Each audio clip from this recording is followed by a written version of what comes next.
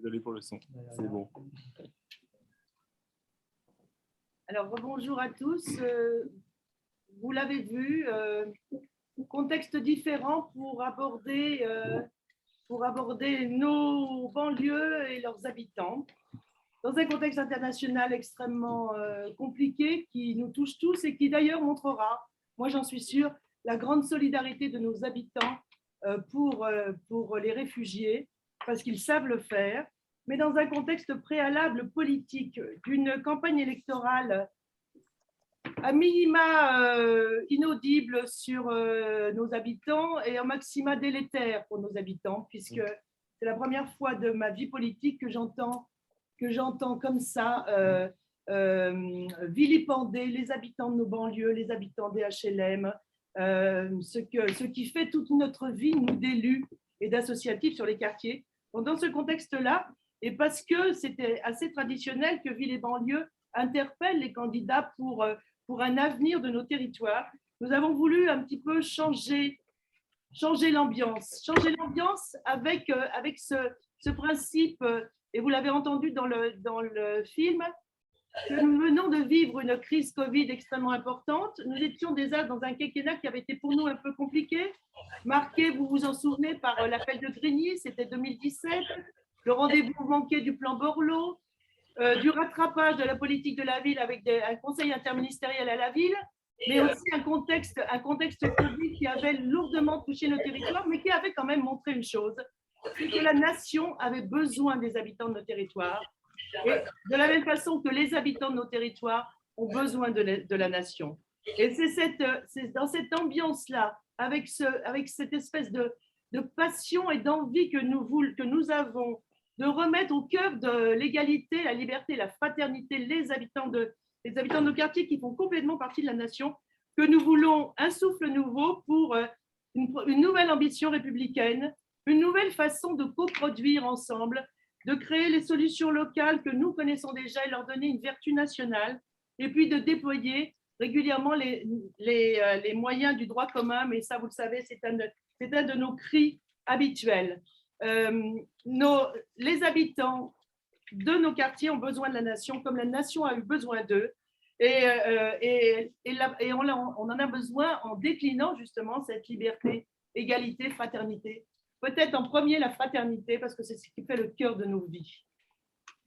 Bonjour à toutes et à tous. Donc Anne-Claire Boux, je suis adjointe à la maire de Paris en charge de la politique de la ville et trésorière Ville et banlieue. Tout d'abord, un petit mot pour dire que je suis ravie d'accueillir cette conférence de presse à moitié présentielle, à moitié virtuelle à Paris.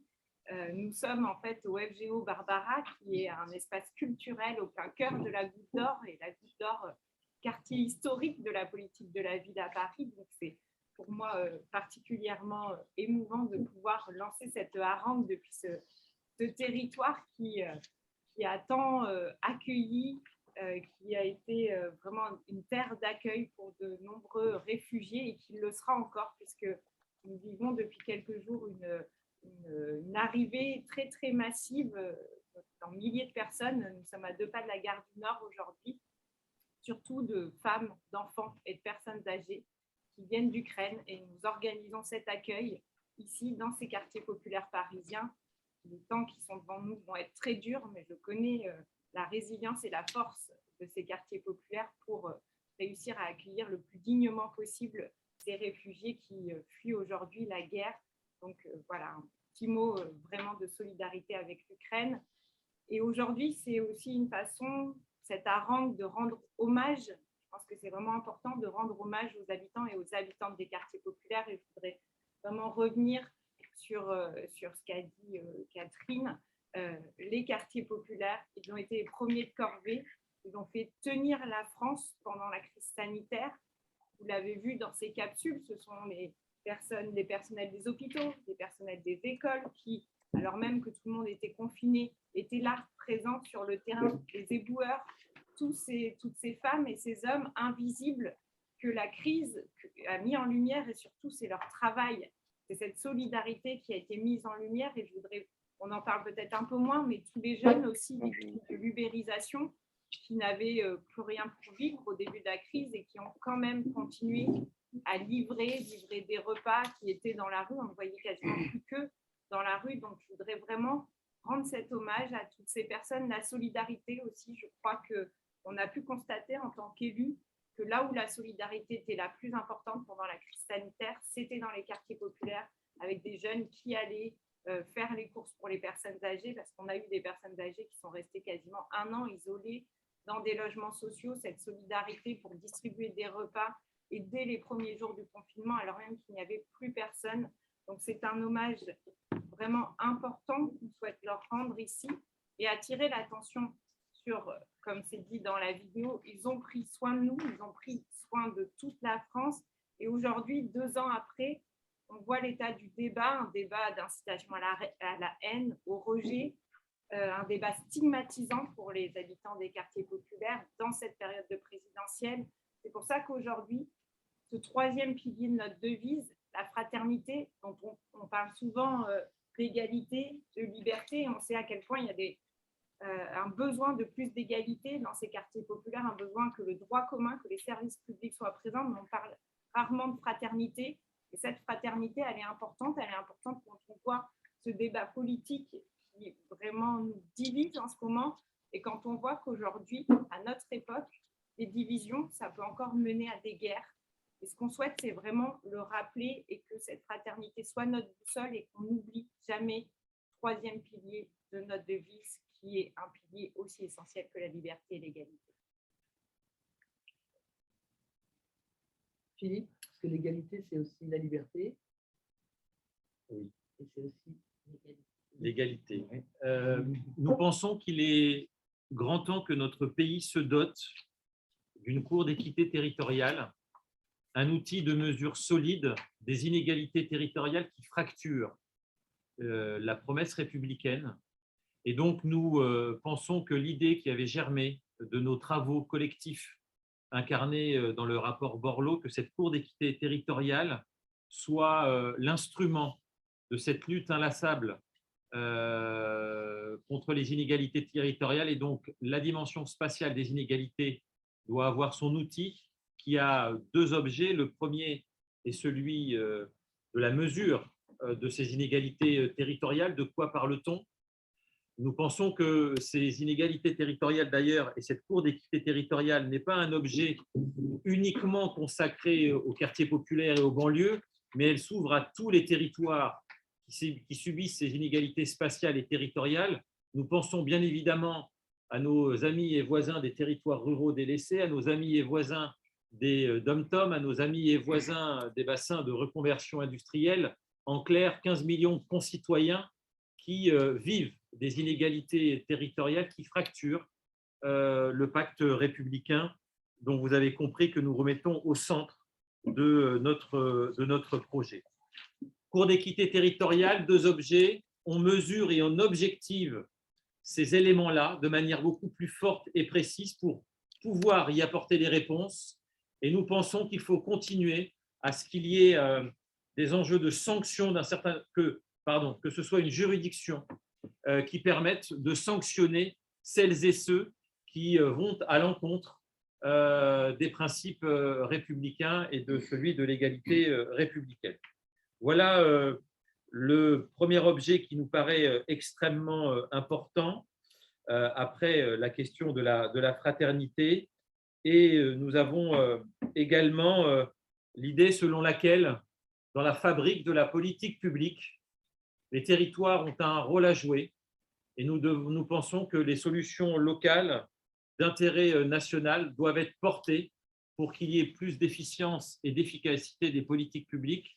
C'est par exemple ce que nous avons réussi à co-construire ces dernières années avec les cités éducatives, mais nous avons d'autres solutions locales à faire germer dans d'autres territoires et être portées nationalement. Et nous pensons là aussi que l'égalité républicaine passe par cette exemplarité des innovations territoriales.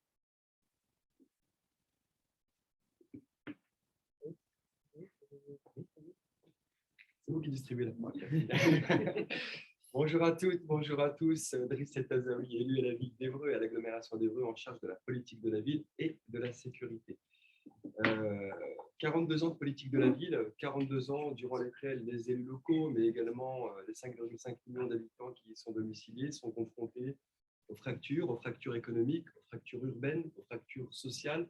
Et de plus en plus, aujourd'hui, vous savez, on est confronté, non pas à une nouvelle fracture, mais en tout cas, qui est de plus en plus prégnante, c'est celle de la fracture identitaire.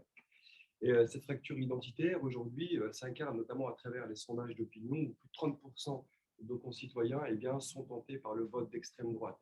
Un vote d'extrême droite, finalement, qui fait son lit, qui fait son fonds de commerce, en particulier sur les habitants des quartiers prioritaires. Et face à cette difficulté, face à ce phénomène, face à ce constat, la question de la représentation médiatique sur nos territoires, la question de l'image de nos quartiers occupe une place prépondérante dans les souhaits, dans les sollicitations, dans les doléances, dans les propositions que Ville et banlieue portent.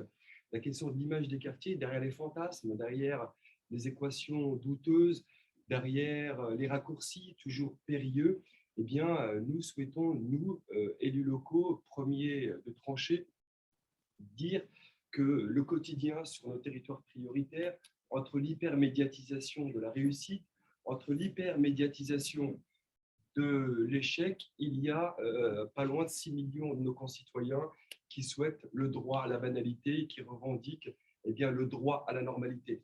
On l'a vu encore ces dernières semaines ou ces derniers mois, un certain nombre d'émissions est susceptible de jeter l'anathème ou le discrédit sur nos concitoyens, alors même que ces territoires, loin d'être les territoires perdus de la République, sont des territoires d'innovation sociale.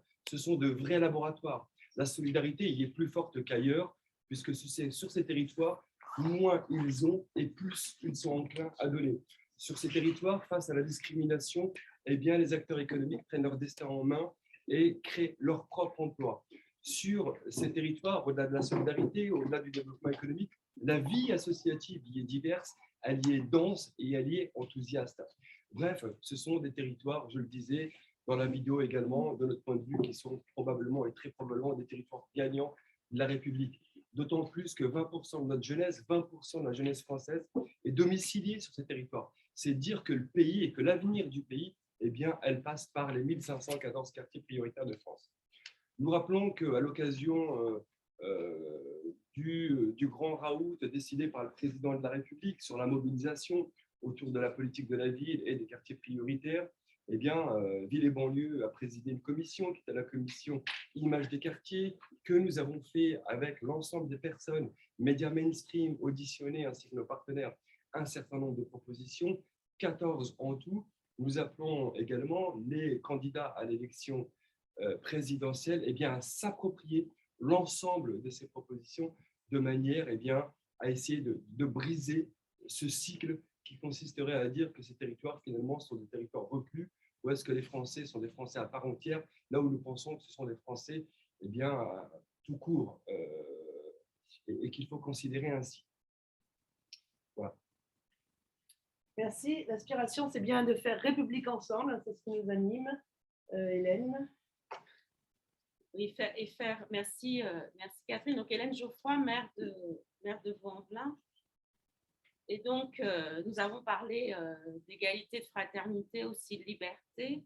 Et pour faire République ensemble, il faut sortir des représentations, cela a été dit par mes collègues, et il faut pouvoir traiter des sujets aussi ardus que ceux de notre capacité à protéger les habitants des quartiers populaires. L'une des premières protections étant celle de la sécurité. La facilité intellectuelle fait que l'on parle beaucoup des quartiers populaires comme zone de non-droit, territoire de non-droit, comme si, de façon collective, des habitants avaient décidé de faire sécession avec les forces de l'ordre, de faire sécession avec la justice.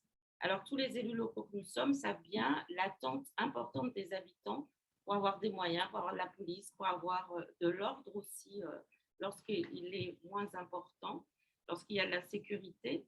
Et donc aujourd'hui, à un moment où nos territoires sont frappés, mais comme le reste de la France, mais le focus est plus mis chez nous par des questions d'insécurité liées au trafic de stupéfiants, des questions, comment dirais-je, et puis donc une inquiétude pour la jeunesse qui peut se retrouver happée par ces mêmes trafiquants, il nous semble important de changer le regard. Première étape, redonner les moyens nécessaires, nous le disons, avec force, parce que contrairement à l'idée reçue, le droit commun étant moins présent dans nos quartiers populaires, il s'est traduit aussi statistiquement par moins de policiers. Il y a eu des augmentations, mais qui aujourd'hui ne permettent pas encore d'avoir un nombre de policiers liés au nombre d'habitants que nous avons. C'est aussi la capacité que la justice puisse mieux s'exprimer. On sait les difficultés qu'elle peut rencontrer et de la même façon que l'on a pu imaginer des sous-préfets villes, des préfets délégués à l'égalité des chances, il est peut-être temps d'imaginer aussi des procureurs qui soient dédiés à nos quartiers populaires pour pouvoir traiter les affaires le plus vite possible, le mieux possible, avec la police judiciaire nécessaire. Les protections, ce sont aussi les questions d'accès à l'emploi et de santé. Le petit clip qui a été montré sur la question des aires médicaux. Les aires médicaux, c'est ce dont on parle beaucoup pour le monde rural. C'est aussi une réalité désormais de nos quartiers populaires avec une démographie des professionnels de santé qui vieillit et qui fait que nous sommes face à désormais une difficulté d'accès aux soins. Et donc, c'est aussi, là aussi, une capacité à faire nation ensemble parce que nous traitons ces questions de la vie quotidienne et puis enfin, la question de l'accès à l'emploi et de la formation. Catherine reviendra sur les questions d'éducation, mais dans les grands chantiers tels qu'ils sont lancés ou dans lesquels le pays est en train de se lancer, dans un moment où la croissance repart, s'assurer que nos quartiers populaires restent bien connectés à cette reprise et bénéficient aussi de cette reprise. C'est donc bien faire République ensemble et pour cela, nous avons besoin d'un État dit audacieux, agile, entreprenant. Et il ne peut être agile et entreprenant, cet État, que s'il s'appuie aussi sur les savoir-faire et les envies locales. En fait, nous l'avons vu, on en a maintenant des preuves ouvertes. La cité éducative, c'est le meilleur exemple, cette cité éducative qui est apparue en 2019 sur les premiers territoires expérimentaux, parce que nous sommes aussi des territoires d'expérimentation. Parce que nous avons l'énergie, le savoir-faire. Vous savez, quand les gens vivent en difficulté ensemble, ils ont souvent envie de porter de l'innovation ensemble. Et les cités éducatives qui étaient déjà suggérées et écrites dans le plan Borloo et qui existaient plus ou moins dans certains territoires, sont devenues une réalité d'expérimentation en 2019. Et heureusement, ces territoires ont du coup traversé cette période pratiquement de désocialisation de nos enfants, déscolarisation d'abord, mais qui a été une désocialisation pendant plusieurs mois. Et à travers ces cités éducatives, on a bien vu comment l'alliance éducative d'un territoire qui regroupe à la fois l'enseignant, qui regroupe le parent, qui regroupe l'associatif, qui a toujours œuvré pour l'accompagnement des enfants, qui regroupe toutes les structures de la ville, du périscolaire. Cette alliance éducative ont contribué à accompagner les enfants dans ces temps difficiles et à essayer et à garder ce contact avec la réalité, avec l'envie d'apprendre et de savoir. C'est un exemple de ce qu'on peut faire, de ce qu'on sait faire localement. C'est typiquement l'exemple de la solution locale qui peut avoir une vertu et une ambition nationale. Et dans ce cadre-là, elle l'a eu, puisqu'on passe pratiquement la phase actuellement expérimentale pour décliner les cités éducatives sur de plus en plus de territoires. C'est bien la preuve qu'au cœur de nos difficultés, nous sommes capables d'agilité, nous sommes capables d'envie, nous sommes capables de savoir-faire. Nous avons besoin simplement, mais ce simplement est important, nous avons besoin à la fois qu'on croit en nous, qu'on nous accompagne. Nous savons faire l'évaluation et nous réclamons l'évaluation parce que l'évaluation, c'est aussi cette capacité à toujours se remettre en question et à toujours proposer ensemble le mieux pour nos habitants. Mais nous voulons le porter ensemble et nous voulons en fait que la nation ait aussi ce regard d'attention et cette croyance en nos capacités de faire, nos capacités de nous mobiliser. Donc voilà, c'est un État audacieux, agile. Le président le disait dans la vidéo, c'est au cœur de nos difficultés que nous avons appris depuis des années à inventer, Et c'est de l'invention au service de tous. La majorité de nos habitants des quartiers ne rêvent que d'une chose, c'est que leurs enfants aient l'avenir dont ils rêvent, qu'ils accompagneront. Et nos habitants savent ce que c'est aussi, que cette espèce d'ascenseur républicain, ils en rêvent, à nous de les accompagner.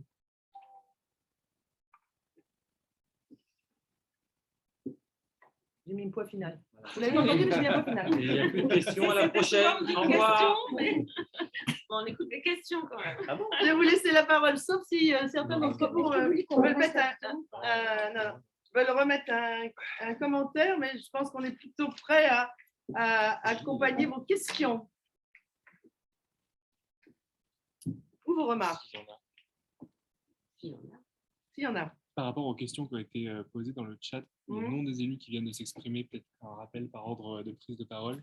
Alors, oui, je suis désolée, je ne suis pas bien, j'ai l'impression que tout le monde me connaît, donc c'est voilà, mon ego qu'on prend un coup.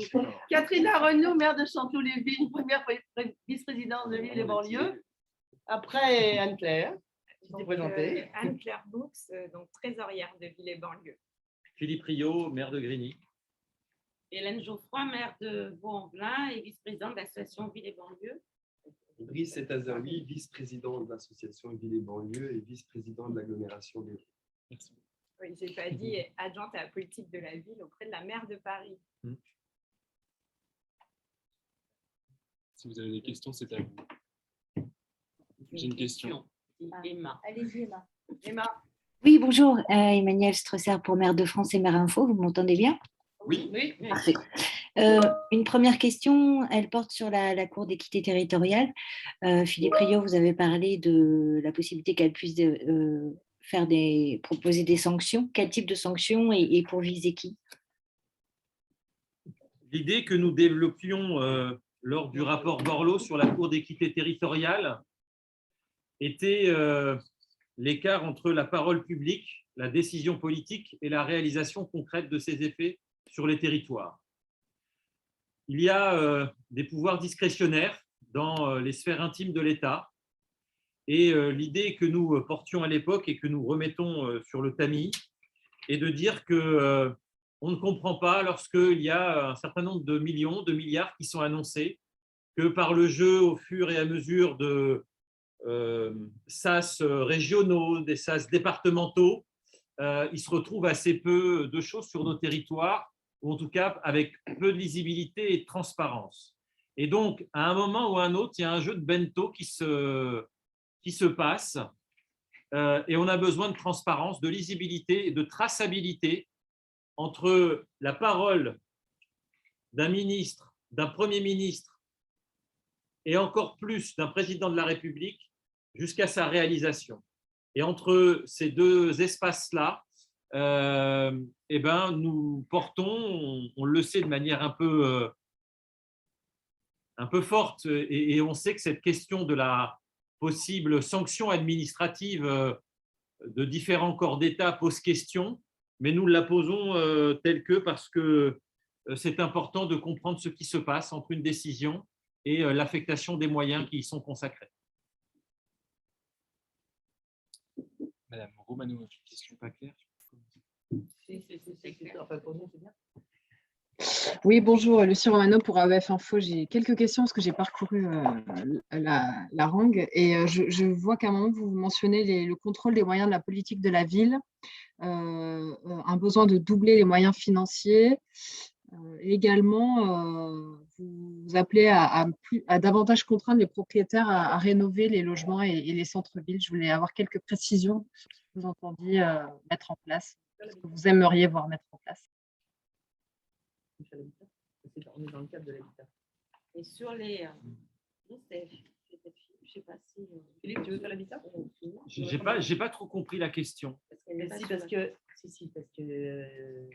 sur les moyens, c'est-à-dire comment on contrôle les moyens de la politique de la ville de façon générale, c'est votre question sur ça. Philippe Rio avait commencé à répondre. Parce que vous voyez, l'une des idées reçues, je dirais, c'est le principe que nous avons donc beaucoup d'argent qui se déverse sur les quartiers populaires et finalement pour peu de résultats.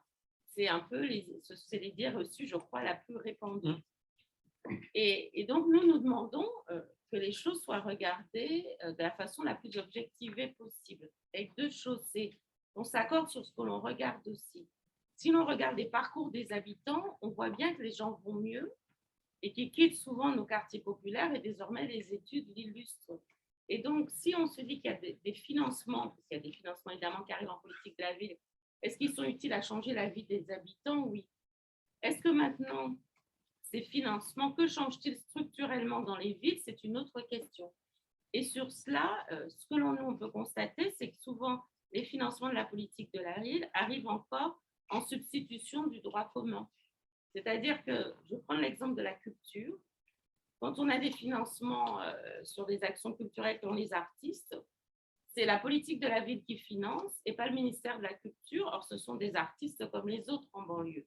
Donc, finalement, on n'a pas le droit commun de la culture, mais nous avons la culture politique de la ville qui en dit long aussi sur la représentation, d'ailleurs, qu'on peut avoir des artistes de banlieue. Et donc, nous, ce que nous souhaiterions, c'est à la fois savoir comment, enfin, que soit bien regarder, évaluer les financements tels qu'ils sont décidés au niveau national et tels qu'ils transitent par toutes les strates et comment ils arrivent directement sur les quartiers. Et pour ça, il faut aussi, notamment que les ministères et les services déconcentrés de l'État aient la capacité de produire les bonnes données pour avoir à la bonne échelle et objectiver les choses. Et je pense, nous sommes même sûrs d'ailleurs, qu'à ce moment-là, nous verrions le différentiel entre des territoires de centre-ville plus prospères et les quartiers populaires.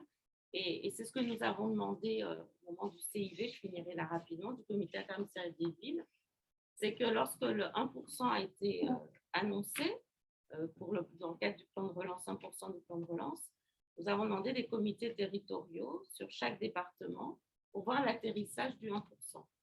D'ailleurs, ça a été très intéressant. Je crois que votre question était aussi sur l'habitat, puisque nos quartiers populaires ne sont pas que des grands quartiers HLM avec lesquels il y a le travail ardu, difficile, mais en tout cas bien engagé avec l'ensemble des bailleurs sociaux. C'est aussi ces grands quartiers, soit de copropriété dégradée, soit de centre-ville, parce que c'est aussi des centres-villes dégradés. Je pense que le roi de la copropriété, ça peut être Philippe Rio. Et... Catherine dit ça parce que je suis copropriétaire à Grigny 2, dans la plus grande opération d'intérêt national hors code, et donc c'est certainement uniquement pour cette raison. Le mal logement est aujourd'hui concentré dans le logement privé, et il se situe soit dans les centres-villes, je pense à Saint-Étienne, je pense à la Seine-sur-Mer par exemple, qui sont des QPV. Et donc l'État doit renforcer et développer des outils d'intervention beaucoup plus massifs avec deux types d'habitats en QPV, soit les grands ensembles de type copropriété, Clichy, Vénissieux, Grigny, Co, soit l'habitat de type faubourg, type rue d'Aubagne à Marseille, pour faire simple, et pour que tout le monde comprenne ce dont on parle. Notre pays a pris du retard de manière extrêmement forte sur l'intervention massive et le déploiement d'outils qui permettent, de contraindre les propriétaires à faire du logement digne. Et donc, lorsque nous disons un État audacieux pour contraindre les propriétaires à la rénovation des taudis, il faut ouvrir la boîte à outils qui peut être de plusieurs manières. Le permis de louer, récemment installé et utilisé par les collectivités locales, en est un. Nous pensons, en tout cas nous sommes quelques-uns à penser que l'encadrement des loyers est aussi une solution pour empêcher les marchands de sommeil de faire des tarifs extrêmement élevés là où l'habitat est indigne. Et donc, dans tous ces secteurs de périmètre de copro dégradé ou d'habitat indigne, on puisse utiliser cette arme-là pour que le logement soit déjà indigne, ne soit pas payé à des tarifs comme le marché de l'habitat digne dans le secteur. Nous pensons également que les sanctions financières contre les marchands de sommeil doivent être réévaluées. Je prends un exemple. Comme par hasard, à Grigny, le plus grand marchand de sommeil vient de tomber, mais il est touché, mais pas encore coulé. il n'a eu que 100 000 € d'amende, qui est le prix maximal déterminé par la loi. Et le président du tribunal a annoncé que cela représentait que 4% de son chiffre d'affaires. Donc, dans un certain nombre de situations, les sanctions, les plafonds organisés par la loi ne sont pas productifs d'effets attendus. Et donc, on voit bien qu'à travers le permis de louer, l'encadrement, les sanctions administratives, les sanctions financières, la panel d'outils qui vient de naître demande à être renforcée et amplifiée à côté d'une politique d'aide aux propriétaires, voire de substitution aux propriétaires lorsqu'ils ne font pas les travaux, mais dans des délais beaucoup plus forts, rapides et robustes.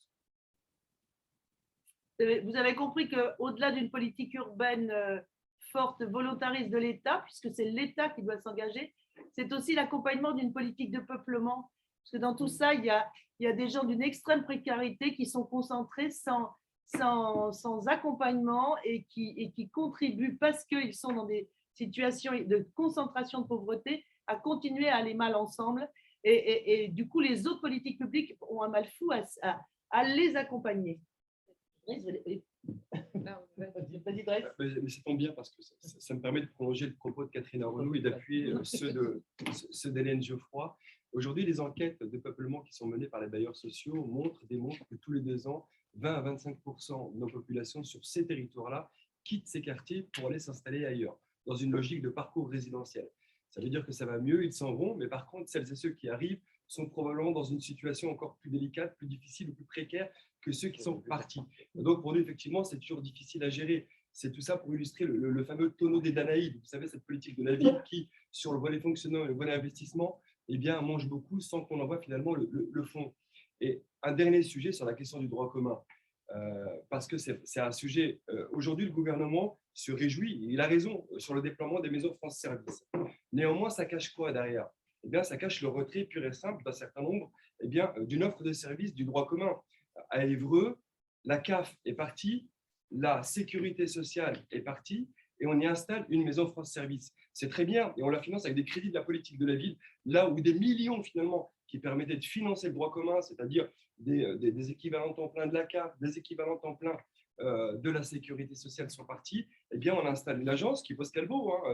L'idée, c'est d'essayer de pallier au mieux le départ de ces services-là, mais ça ne remplacera jamais le droit commun. Et d'autant plus qu'on le finance, une fois de plus, avec des crédits spécifiques de la politique de la ville. Et donc, on a effectivement le sentiment qu'on donne beaucoup au titre de la politique de la ville, mais c'est oublier tout ce que l'on retire. Oui, juste un petit complément sur la question du logement, c'est aussi tout l'enjeu de la rénovation énergétique. On voit qu'on est dans un contexte d'augmentation des prix de l'énergie et ça va s'accentuer. Donc, tout l'objectif aussi, c'est d'aller plus loin en engageant le plus rapidement possible cette rénovation énergétique, que ce soit dans les logements sociaux ou dans le privé, parce qu'on sait très bien que cette rénovation énergétique, c'est moins d'impact sur le climat, un meilleur confort de vie pour les habitants et les habitantes et des économies pour les ménages qui parfois payent autant de factures d'électricité qu'ils payent de loyer, et ce qui les met dans des situations très compliquées. Donc, c'est un axe aussi important sur la question du logement. Et ça me permet aussi de faire le lien avec la question des inégalités climatiques. On sait que dans les quartiers populaires, ces habitants et habitantes seront les premiers touchés, sont déjà les premiers touchés par l'urgence climatique, que ce soit en matière de santé environnementale. On le voit à Paris avec beaucoup de quartiers populaires qui sont le long du périphérique, avec des problèmes de qualité de l'air, de nuisances sonores, mais aussi la question des îlots de chaleur, la question de l'alimentation, avec des impacts importants, et on l'a vu pendant la crise Covid, avec des taux de contamination, des taux de mortalité plus élevés dans les quartiers populaires, du fait notamment des comorbidités, de l'obésité. Donc, on voit cette importance à ce que l'urgence climatique soit bien traitée comme une inégalité de plus qui s'accumule sur les habitants et les habitantes de quartiers populaires, et donc qu'il y ait une priorité donnée à la transition écologique dans les quartiers populaires.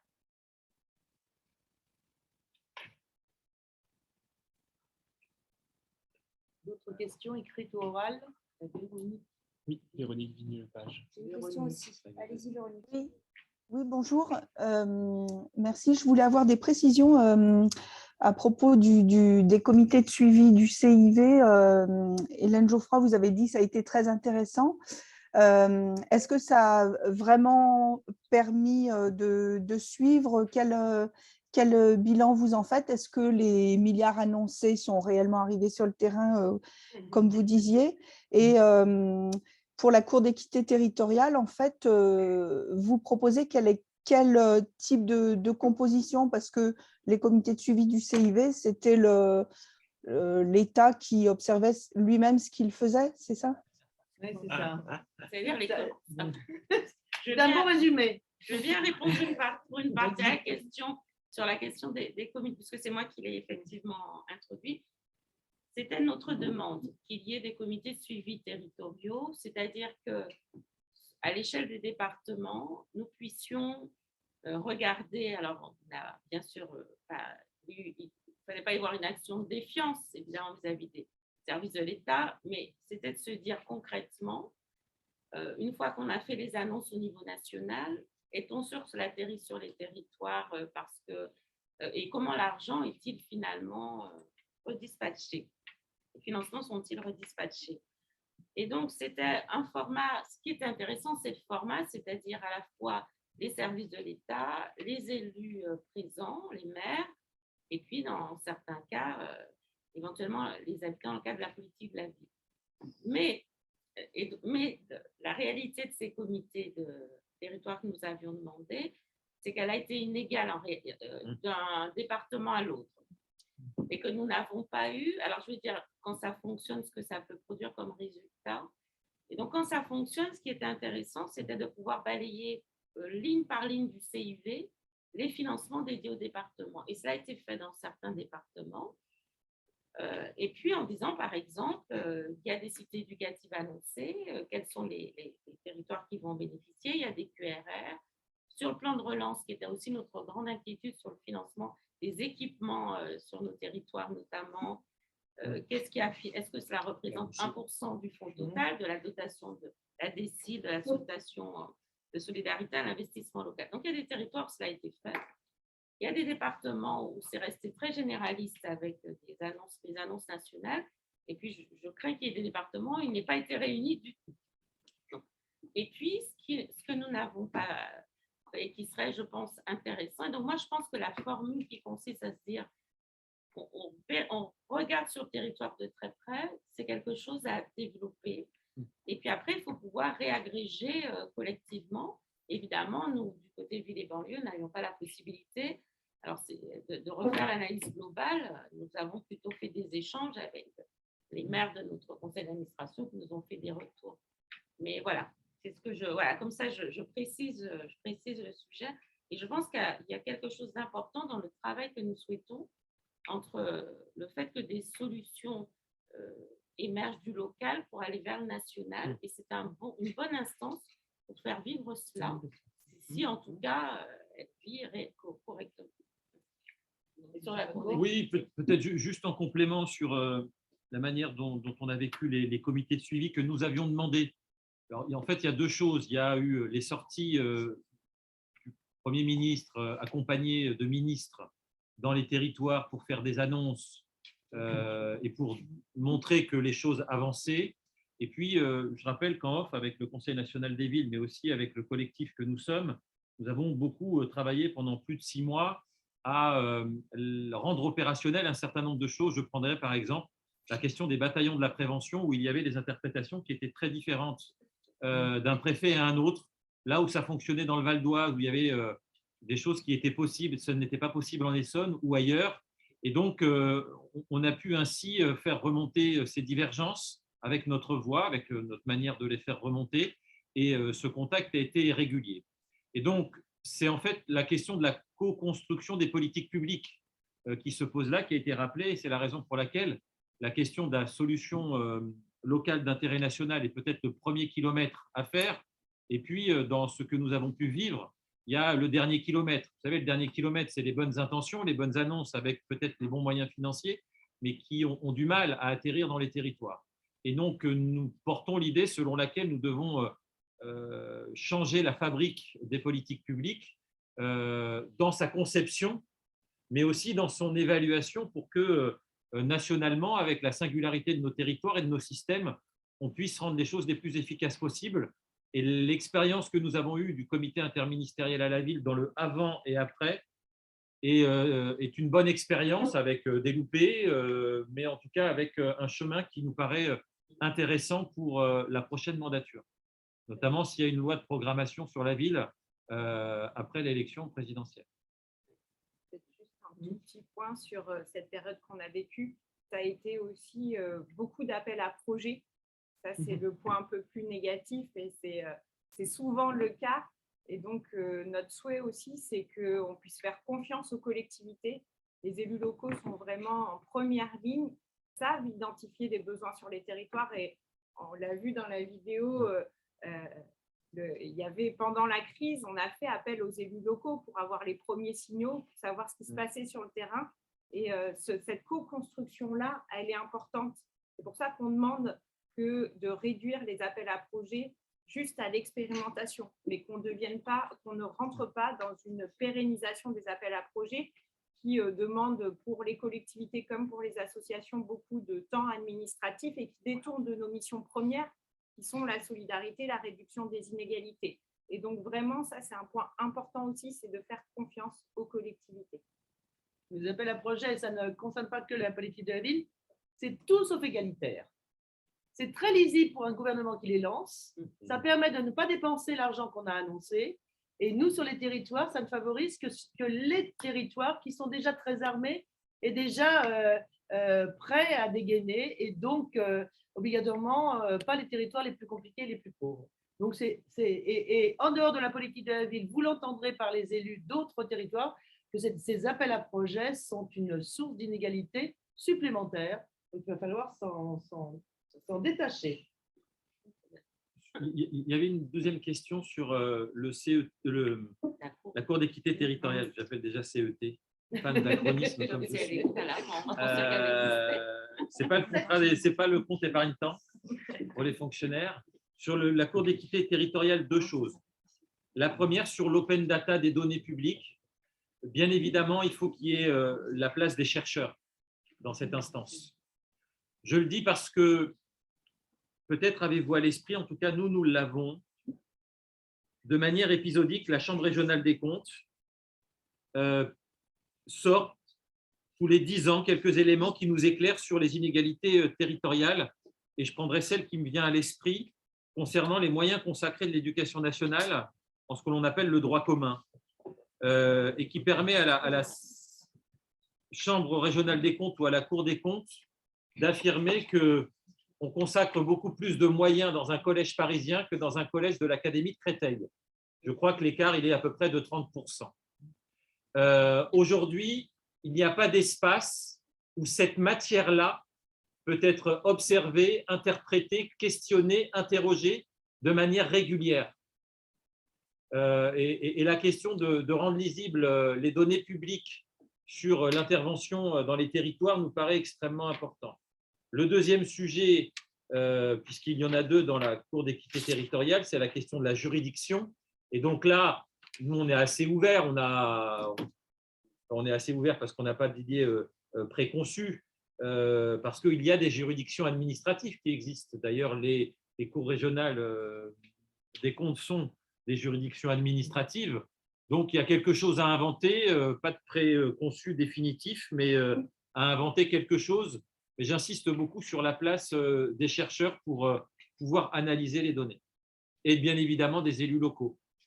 S'il doit y avoir un collège chercheur, un collège élus locaux et peut-être un collège magistrat de l'administration. Voilà, pour répondre précisément à votre question.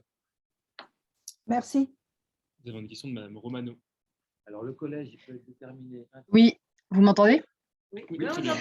C'est une double question en fait, puisque la loi 3DS a été promulguée récemment, elle a fait évoluer la loi SRU, donc je voulais vous entendre là-dessus, s'il vous plaît, sur ce qu'il restera à changer éventuellement lors de la prochaine mandature. Et enfin, sur les contrats de ville nouvelle génération qui sont censés arriver prochainement également, je voulais savoir les points de vigilance que vous aurez. Je peux commencer à répondre sur, les contrats de ville. Mais vas-y, réponds sur les contrats de ville. Mais je vais faire un peu SRE aussi sur ces questions qui sont essentielles parce qu'on l'a dit dans notre harangue. Hein, je rappelle qu'elle concerne, on a dit, plus de 5 millions d'habitants, mais beaucoup de jeunes. Et donc, ça veut dire la capacité à leur redonner aussi une espérance au travers des politiques que nous sommes en train de développer. Et donc, sur les contrats de ville, le sujet est moins tant les contrats de ville, me semble-t-il, qui est un outil important et il y a une commission en cours de travaux, mais qui est un outil important parce qu'il a permis de construire, de commencer à préfigurer tout ce que sont des partenariats entre les collectivités elles-mêmes, les agglos, les villes, les services de l'État, les bailleurs sociaux, les associations et les habitants. Donc, évidemment, c'est une matrice qui nous semble intéressante à garder. On a pu le dire à toutes les auditions concernées. Mais au-delà de ça, c'est quelle loi pour la politique de la ville et quelle politique de la ville imagine-t-on?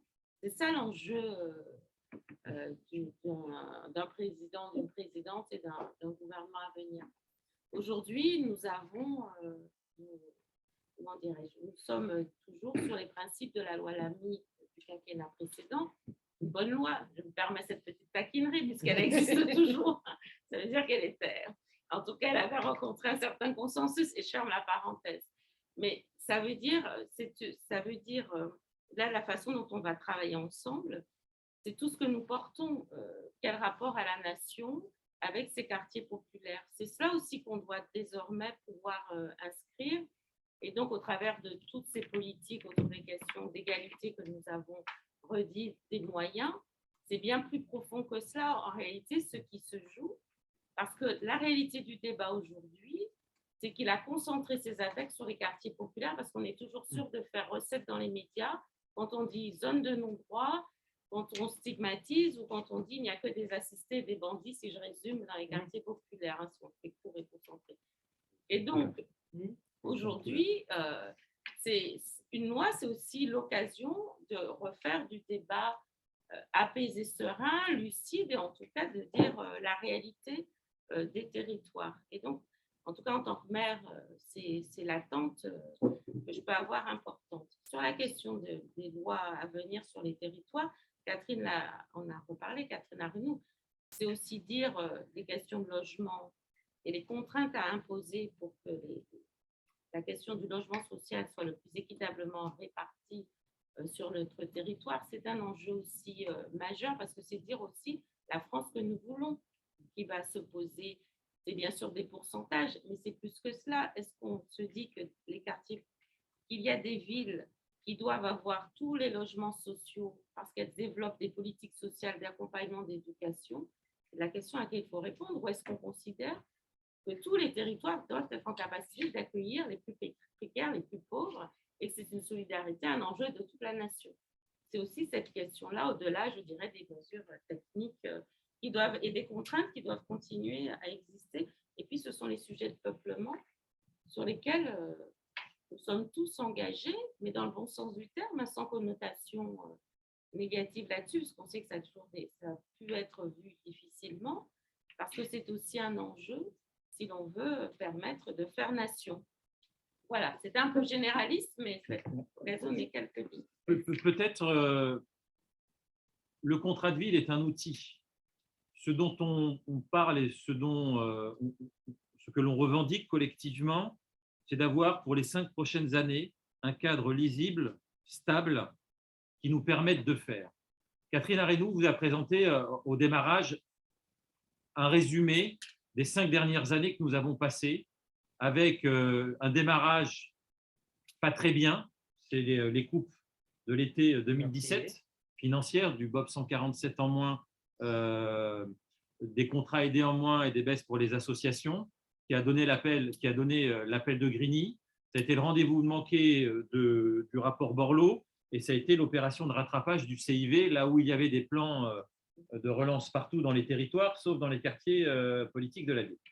Donc, fort de ce constat, on a quand même produit, nous semble-t-il, un certain nombre de choses, et ce que l'on appelle au futur de ce qui sortira des échéances démocratiques de notre pays, c'est que pour les 5 prochaines années, qui correspond grosso modo à nos 4 prochaines années de mandat locaux, qu'on ait de la stabilité et un cadre qui soit clair, net, pas tout ficelé d'en haut, qu'on puisse avoir ces instances, mais voilà, ne plus vivre ce que nous avons vécu parce qu'on a perdu beaucoup de temps et on a perdu beaucoup d'espoir. Et enfin, nous avions une dernière question de Mme Strausser. Emmanuel Strasser, oui. Oui, pardon.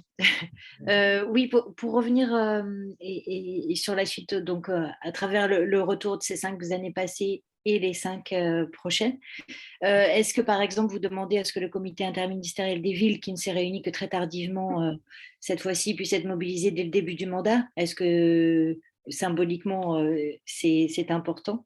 Il y a eu la question sur l'avenir des contrats de ville. Quelle suite vous espérez effectivement des travaux de la commission? Est-ce que est-ce que vous demandez aux candidats à s'engager dessus, pas dessus, enfin, voilà. Et puis la dernière question, elle porte sur un des points dans la harangue qui porte sur, vous demandez un État courageux, puisque vous avez utilisé des qualificatifs comme ça tout du long de la harangue, et là un État courageux pour plus de prévention et lutter contre les déserts médicaux dans les quartiers populaires. Le courage de faire quoi, plus précisément?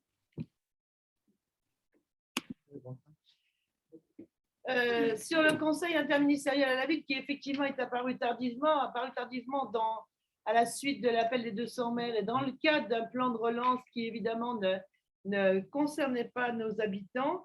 Alors on avait beau nous dire qu'il concernait toute la France, mais nous on sait très bien que s'il n'y a pas un ciblage particulier, ce qui concerne la France malheureusement ne nous concerne pas toujours. Mais oui, ce conseil interministériel à la ville qui naturellement doit se décliner plus souvent.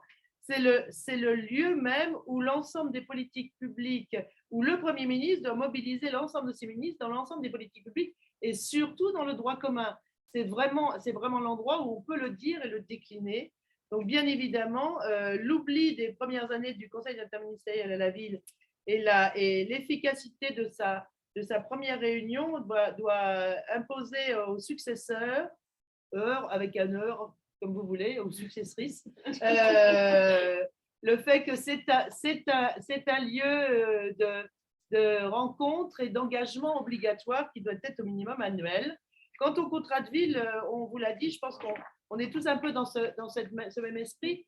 On est dans le cadre d'une convention d'accord de partenariat qui dit très clairement ce que chacun s'engage à faire pour accompagner les habitants de nos quartiers, pour leur amener un avenir dit normal, parce que ce n'est pas un gros mot de dire une normalité.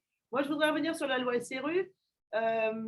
Si l'État avait été courageux depuis la création de cette loi SRU, nous ne serions pas, nous, quartiers populaires, sans doute sur certains endroits, entre autres l'Île-de-France, mais certaines métropoles, nous ne serions pas dans cet état. L'État n'a pas été suffisamment courageux pour contraindre à une solidarité. Et malheureusement, en urbanisme, quand c'est construit, quand on a laissé construire en gros beaucoup de logements privés sans logement social, on ne peut plus revenir en arrière. Et dans l'Île-de-France, il y a des endroits effectivement où maintenant les contraintes sont énormes, les contraintes sont physiques, alors qu'un État courageux, il y a quelques années, n'aurait pas entraîné ça. Les habitants de nos quartiers n'ont pas choisi de vivre tous pauvres ensemble. C'est un principe. Nous, élus, nous avons choisi de les accompagner. Donc nous, on peut pas, voilà, on sait où on est parti. Mais les habitants de nos quartiers, ils ont chacun envie de réussir pour eux, pour leur famille, et ils sont contraints de vivre dans cette grande précarité tous ensemble. La loi SRU avait été bien appliquée, nous aurions partagé cette solidarité, et c'est ça faire nation, c'est partager la solidarité. Pourquoi dans nos quartiers populaires, il y a essentiellement du PLAI, donc du logement très, très social, ce qui fait qu'on n'est pas seulement dans l'accompagnement d'un public du logement social, on est de l'accompagnement dans un public très, très social. Et malgré les contraintes qui sont mises dans les reconstitutions de démolition dans le cadre des PNRU ou en dehors, malgré ces contraintes-là, eh bien, on court un peu après la bataille, là, et effectivement, malheureusement, on voit très bien une politique qui n'a pas été courageuse, eh bien, à un moment donné, ça devient beaucoup plus compliqué. Sans compter que ça, il faut être aussi très attentif. Là, on est dans la politique de la construction, d'accueil, du toit sur la tête. Mais il faut aussi accompagner cette politique de peuplement. Et malgré les écritures, malgré les engagements que prennent les uns et les autres, il faudra un regard beaucoup plus attentif de tous, entre autres de l'État dans son rôle, pour accompagner ce qu'on appelle les plans locaux d'habitat qui sont écrits, qui sont signés en grande pompe et qui sont discrètement pas appliqués. Et la Cour d'équité territoriale pourrait se pencher contribuer là-dessus. à cette lecture-là. Sinon, on vous montre simplement ce que tout le monde a signé, mais on ne vous montre jamais ce que personne n'applique. Oui, c'est bien dit. Est-ce qu'il y a encore des questions? Je vous en ai posé une par écrit, s'il vous plaît. Ah, ok. Alors, il y aurait une contribution fin mars faite avec d'autres associations d'élus dans le cadre de la présidentielle. j'attendais Pourriez-vous la préciser son question. contenu et les modalités de diffusion, s'il vous plaît? Bien informé. Là. Très bien, mais c'est écrit dans la. C'est écrit dans la Ah, mais Alors, c'est lu au moins. C'est ouais. lu. Alors, vous l'avez vu, ça peut être les deux faces d'une même pièce. Bien évidemment, nous avons travaillé depuis longtemps, très spontanément, avec un certain nombre d'associations d'élus les plus importantes, l'AMF, la MIF pour ce qui est l'Île-de-France, les petites villes de France, France urbaine pour ce qui est une lecture un peu différente et intercommunale, et évidemment nous, mais certains se sont rattachés à nous, pour faire des propositions qui étaient des propositions factuelles, des propositions précises, des propositions, je dirais même jusqu'à dire presque techniques, parce qu'il faut aussi que ce soit des propositions techniques. Nous, on était sur une vision plus globale, avec un dézoomage vraiment, et on était vraiment sur effectivement, une politique, ça s'appuie sur de la technique. Et ce qu'on voulait aussi, c'était changer le regard et puis bien dire et qu'on entende que nous voulons faire république. Et les habitants de nos quartiers ne souhaitent que ça. Et donc c'est ça aussi. C'est une contribution effectivement qui se complète, mais c'est un regard que nous voulons un petit peu différent de la part de Ville et Banlieue, qui, je vous rappelle, est la seule association exclusivement porteuse des politiques de nos quartiers populaires. La complémentarité entre la harangue à la nation, qui est un plaidoyer, et une plateforme programmatique détaillée de mesures qui sera portée par le collectif des associations d'élus. Voilà. C'est cette complémentarité que nous avons voulu mettre en avant. Il y a également des choix sur lesquels nous, on se distingue et on affirme notre singularité. Je pense, par exemple, puisqu'on en a parlé tout à l'heure, au nouveau contrat de ville.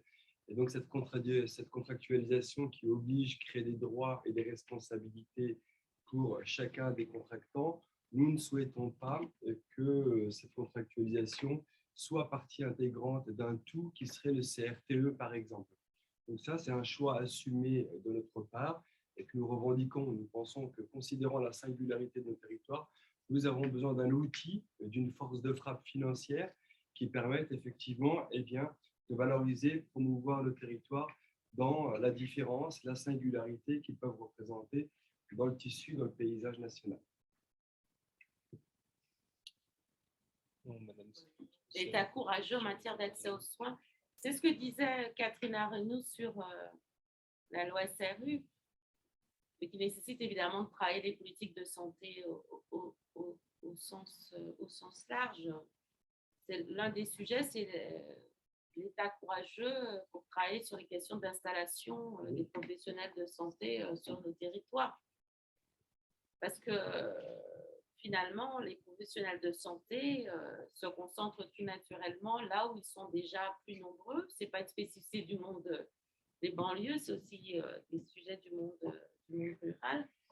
C'est aussi sur les questions liées aux questions de prévention, d'accès aux soins, prévention santé, c'est sur les politiques communes. L'un des sujets, par exemple, d'insécurité dont on parle beaucoup, j'y reviens, c'est la question du trafic des stupéfiants. L'autre angle important est celui de la consommation. Et pour beaucoup de nos territoires populaires, les consommateurs qui croient sur ces stupéfiants ou cannabis sont des consommateurs qui ne sont pas toujours dans nos quartiers populaires, qui viennent s'y approvisionner, mais qui n'y vivent pas. Et donc, sur ces questions de prévention, quelle politique courageuse menons-nous, tant sur les questions de prévention, mais pas que dans nos territoires, à l'échelle du pays, parce qu'on ne peut pas délier le sujet du trafic de celui des consommateurs. Voilà 2 exemples bien en réponse à votre Moi, question. je veux bien en prendre un sur la santé. Un État courageux, c'est un État qui arrête de faire semblant de créer des maisons de santé qui n'arrivent pas à sortir. Et quand elles sortent, de toute façon, il n'y a pas de médecin. Parce que la politique de santé est contradictoire avec une politique d'implantation de murs qui ont énormément de mal à se faire. Un État courageux, c'est aussi un État qui prend des risques. On l'a vu à Évreux, on a pris contact avec la conseillère de la ministre à la ville sur le financement des maisons de santé, puisqu'un appel à projet est sorti il y a 1 an et demi. Nos médecins se sont constitués en PSLA, en pôle de santé ambulatoire local. Et ça, c'est mon médecin qui est maire aussi, qui m'apprend un certain nombre de choses, mais en plein cœur d'un quartier prioritaire. Et nous finançons l'équipement pour y intégrer les médecins qui sont constitués en association, sauf que notre cahier des charges ne répond pas à celui du ministère. Et donc, nous ne pourrons pas bénéficier des financements liés à la politique de la ville sur la construction de cet équipement. Donc, un État courageux, c'est un État qui prend des risques et qui accompagne aussi l'audace des élus locaux quand ils en font preuve. Je pense qu'on a tous un exemple. Essayer de résumer, parce qu'on a parlé d'un État courageux, c'est un État qui met les moyens pour le droit commun, ça on l'a dit. On a parlé aussi de l'évaluation des contrats de ville. On ne doit pas évaluer juste la politique de la ville, mais ce qu'on demande, c'est que le droit commun soit évalué, que le droit commun soit intégré dans les comités de suivi. Et un État courageux, c'est un État qui met les moyens à la fois sur le maillage quand on parle de santé. Même si on arrivait aujourd'hui à mettre des maisons de santé, des professionnels qui vont avec, il faut aussi travailler sur l'accès à ces équipements, parce que même si on avait un maillage complet du territoire, ce n'est pas pour autant que tout le monde y accéderait pour des problèmes de langue, de maîtrise de la langue, des problèmes aussi de culture par rapport à la santé, des problèmes de discrimination, n'oublions pas. Et donc, c'est un État qui met les moyens à la fois sur ces équipements, mais à la fois sur l'accessibilité à ces équipements. Et c'est la question de l'accès au droit, au final, et de comment on va vers les habitants. Les politiques aussi d'aller vers pour pouvoir faire en sorte que tout le monde bénéficie des services publics et du droit commun. De la santé, ce n'est pas que la santé libérale, c'est un médecin qui vous le dit, libéral. La santé dans nos quartiers, c'est aussi la prévention. Et c'est très simple à comprendre. Lorsqu'on est en situation difficile, lorsque le quotidien est votre préoccupation première, ce que vous donnez à manger à vos enfants et gardez votre emploi quand vous en avez un, vous n'êtes pas dans une attitude de prévention. Vous ne gérez que les urgences. Et gérer les urgences, c'est arriver après, c'est-à-dire arriver au moment où la maladie existe déjà. Donc, nous, notre travail, et c'est là aussi qu'on demande un État courageux, c'est que, comme partout, nos publics ont besoin d'un accompagnement à la santé qui se développe différemment, qu'on peut porter dans un certain nombre de dispositifs, on peut le porter. C'est la prévention, et la prévention tous azimuts, de façon à accompagner ses habitants à ne pas aller jusqu'au trop tard. Voilà, c'est le suivi qui n'est pas naturel, c'est l'angoisse de demain qui fait que vous ne pensez pas à ce qui pourrait arriver. Et voilà, donc ça, c'est des politiques qui sont des politiques différentes d'ailleurs, mais qui sont aussi ces politiques où on va vers, et on sait très bien sinon que les habitants n'iront pas spontanément vers le soin ou la prévention. C'est vrai dans la santé, et la santé, ça englobe l'environnement, bien évidemment.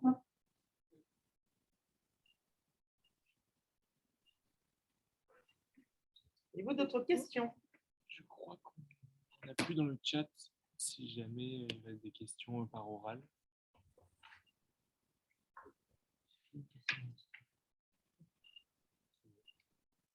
Bon.